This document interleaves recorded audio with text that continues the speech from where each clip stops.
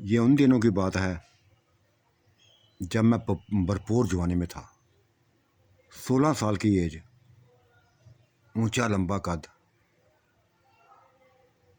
और ऐसे खुदा ने सेहत दी हुई थी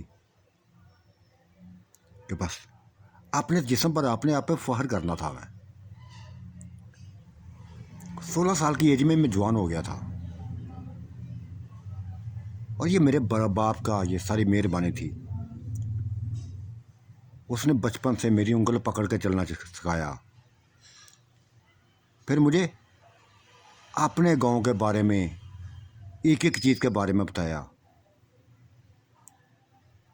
मैं खेती बाड़ी करता था, अपने बाप का पूरा साथ देता था, हर कदम पे उनका साथ देता था।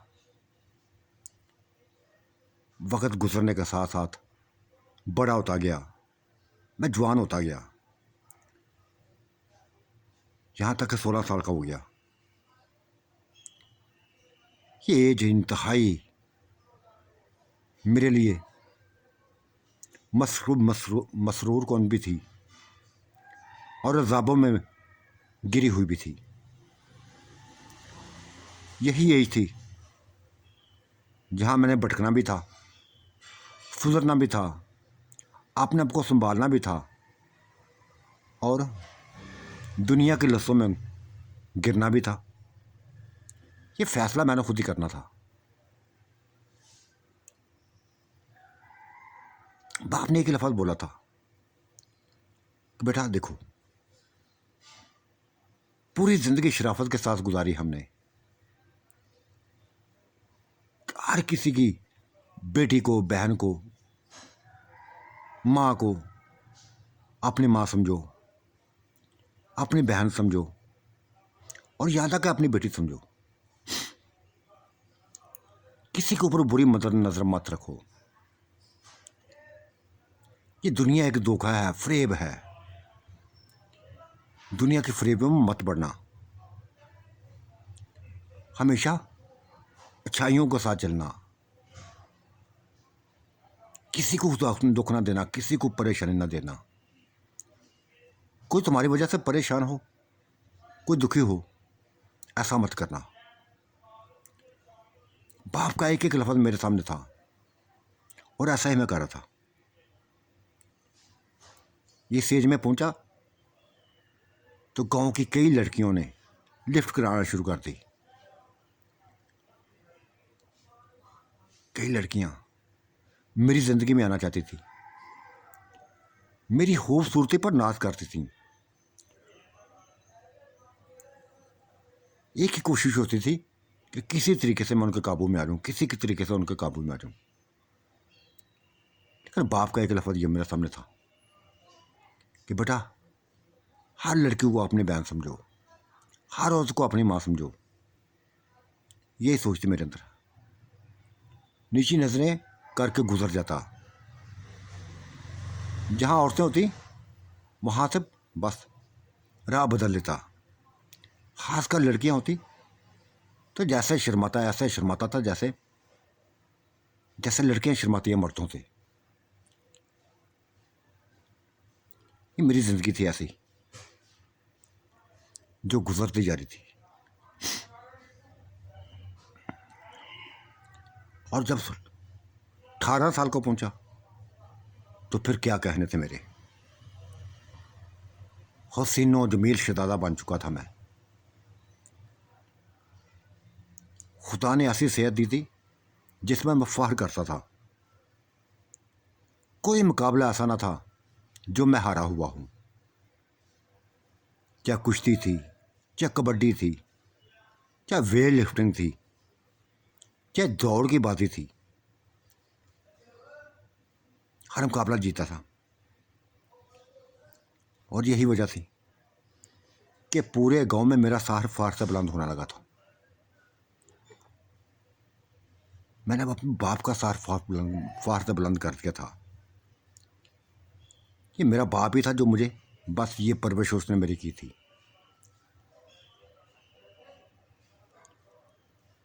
आज इंतहाई अहम रात थी। खेतों में ड्यूटी दे रहा था, अपने खेतों में पानी लगा रहा था, अपने ही सोचों में घूम था। दूर, बहुत दूर हमारे गांव से एक डेरा था जिसके बारे में बाप ने बताया था कि बेटा वो देखो, वो जो सूखे हुए दराहत हैं, उनमें दरमियान में जो कमरा है, ये हंसा हाल कमरा, ये सूखे हुए दराहत, ये पक्की जगह है, जिन्नात की जगह है। गवर्नमेंट पक्की जगह जिन्नाती जगह को कहते थे, जहाँ जिन्नात का बसेरा हो उसको पक्की जगह कहते थे।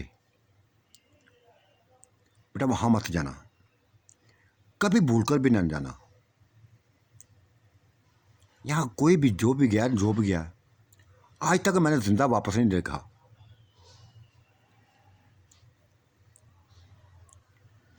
यहाँ तक हमारे अंदर भी खौफ पैदा हो गया था इसका। बहुत खौफनाक किस्म के जिन्न हैं, बलाएं हैं, खूनहार दरिंदे हैं जो किसी को दिखाई नहीं देते। हाँ, सिर्फ उसको दिखाई देते हैं जिसकी उन्होंने जान लेनी होती है। ये बाप की ऐसी बातें थे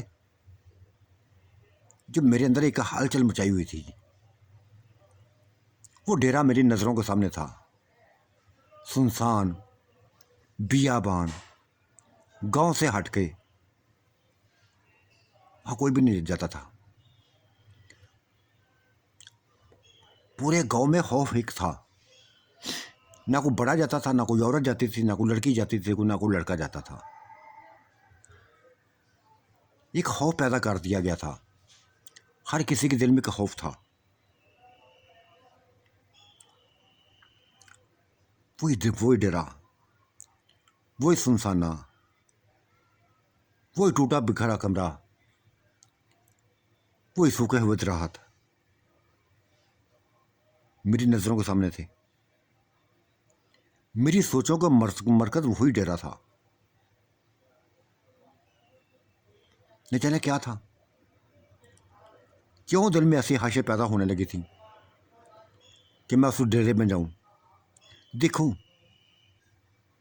कि वहाँ क्या है, ऐसा क्या है कि जो भी वहाँ गया जिंदा नहीं आया। लेकिन बाप की बातें मुझे रोक देती थी कि बेटा जहाँ मर्जी जाना, उस डेरे के करीब मत जाना, कभी मत जाना। ये सोचे थी। मेरी ज़िंदगी अजीबो गरीब किस्म की होती जा रही थी। कहते हैं कि जवानी में इंसान भटक भी जाता है, दुनिया की नस्लों में खो भी जाता है। ऐसा मेरे साथ होने लगा था। वो जिन्नाता डेरा, खौफनाक किस्म का डेरा, वो सुनसाना, वो वीराना मेरी सोचों का मरकज बना हुआ था। खेतों में पानी लगाते हुए जाने क्या सोचकर उस तरफ चल दिया था। ये भूल गया था कि मुझे बड़ों ने मना किया हुआ है, बाप ने मना किया हुआ है। तजस्सुस था मेरे अंदर, वहाँ के हालात जानने के तजस्सुस था।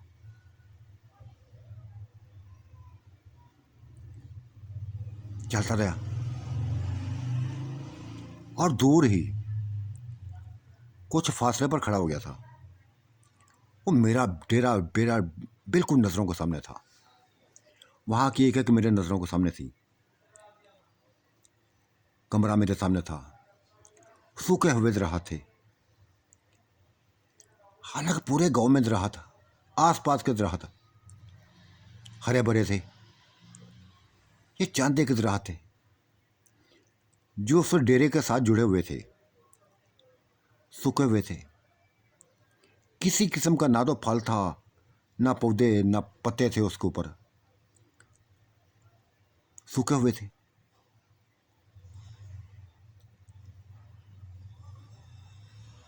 कुछ ना कुछ तो था। बड़ों की बातें सच तो थी, ऐसा ही था। ये शायद जिन्नात की कोई वजह से था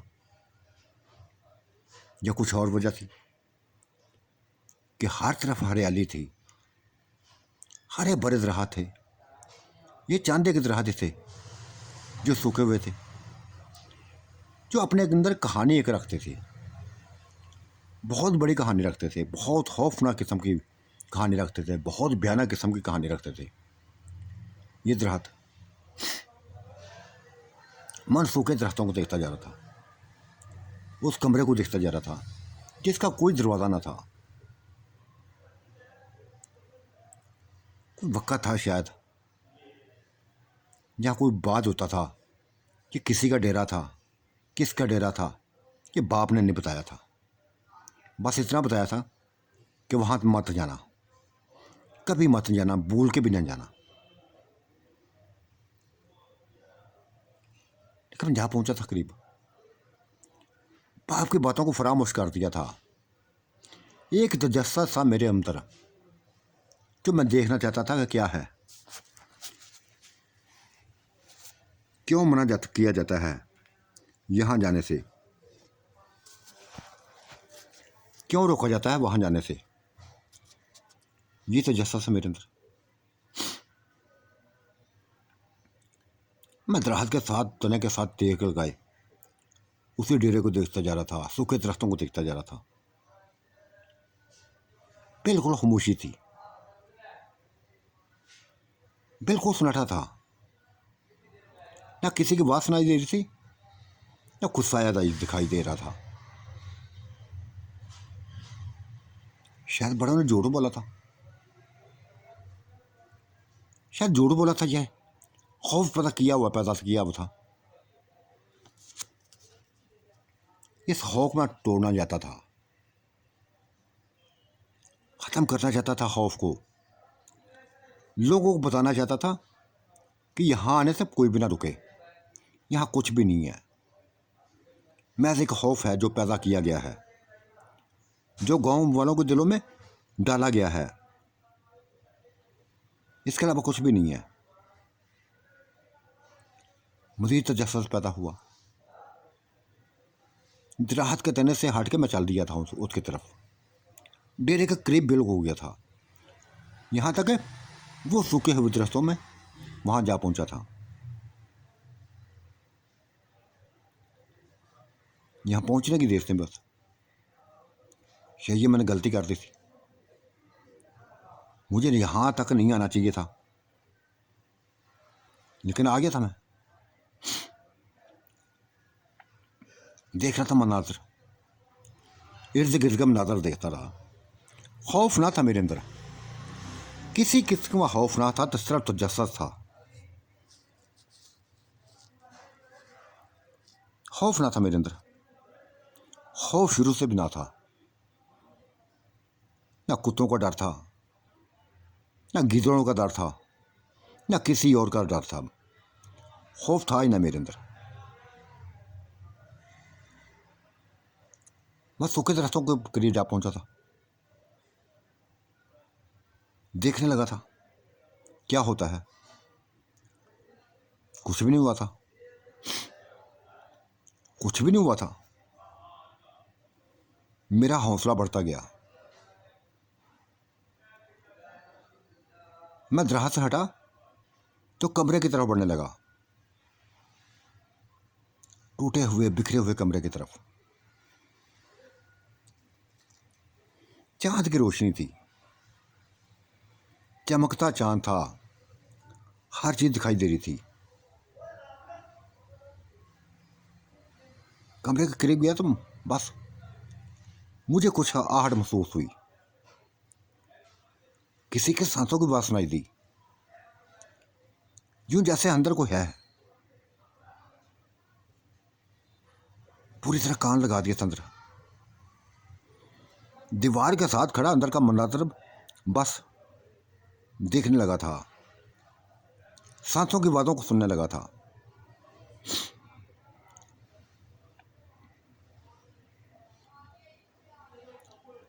सांस जो आस्ता आस्ता से एक भयानक रूप अख्तियार करते गए, अपने अंदर खौफ पैदा करते गए, जैसे कोई बहुत बड़ी अजियत में हो।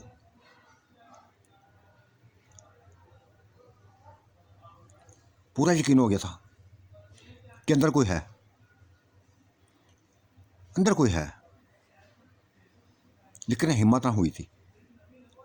वहां से पीछे भाग पड़ा और उसी तरह के साथ जा खड़ा हुआ जहां से मैं चला था। वहां खड़े होकर मैं नजर देखने लगा था। अब सांसों की आवाज़ें मुझे वहां तक उसी तरह के साथ खड़े हुए सुनाई देने लगी थी। बुलंद होते ही ये आवाज़ें सुनाई देने लगी थी, जैसे कोई कुरा रहा हो, जैसे कुछ किसी को अजियत दी गई हो, मारा पीटा गया हो, ऐसे आवाज़ें थी।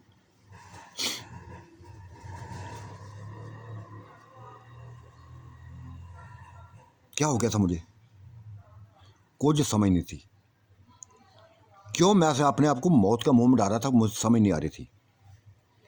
क्यों मेरे अंदर ये तजस्सुस पैदा हो गया था, मुझे समझ नहीं आ रही थी। शायद मैं उसी साई के लपेट में था जो मुझे यहां तक ले आया था। सांसों की आवाज़ें मुझे सुनाई दे रही थी, बेइंतहा वाज़ेह किस्म के सुनाई दे रही थी। इतनी दूर था, उसके बावजूद सुनाई दे रही थी। खौफ में डूबी हुई आवाज़ें। फिर ये आवाज़ें, ये सांसों की आवाज़ें रोने में बदलने लगी, जैसे कोई रो रहा हो। ये रोने की आवाज़ किसी मर्द की ना थी, किसी औरत की थी।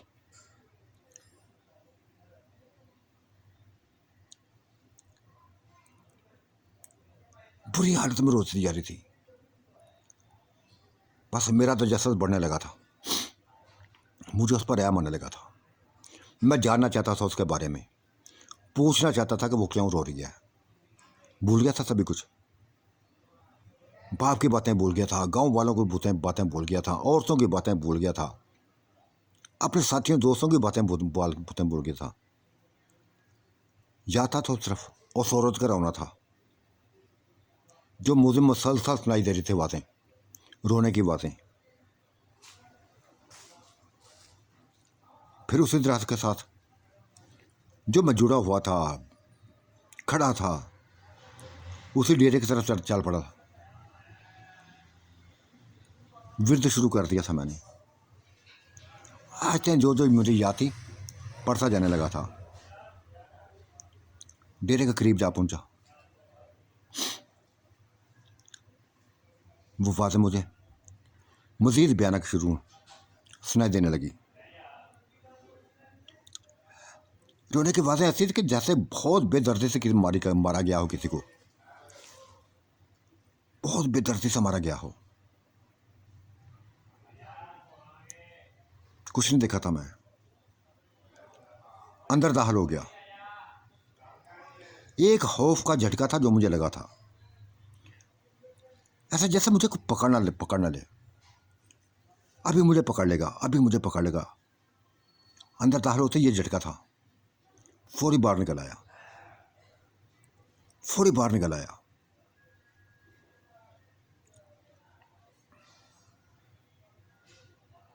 और ये खौफ मेरे अंदर बैठ गया था, बुरी तरह बैठ गया था।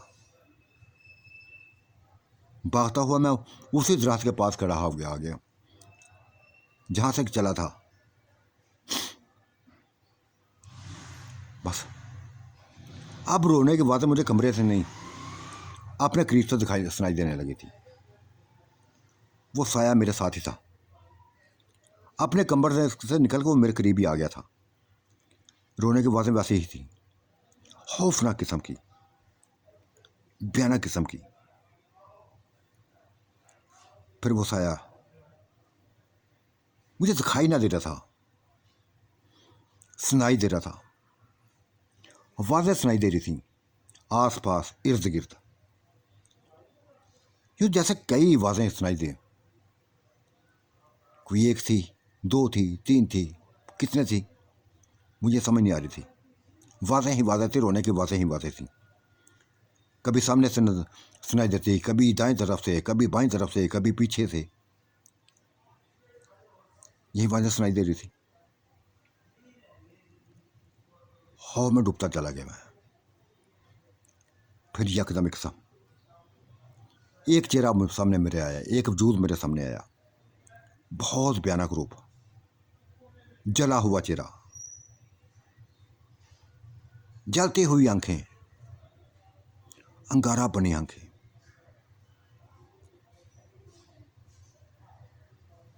चीख मारी थी, मेरे एक मुंह से चीख निकली थी। उसके बाद मुझे कुछ भी याद ना था, कुछ भी याद ना रहा। तो साथियों, आज का नज़र कैसा लगा आपने ऐसे ज़रूर बताइएगा। अल्लाह आपका निगहबान, मेरा भी निगहबान। अल्लाह हाफिज़, बाय बाय।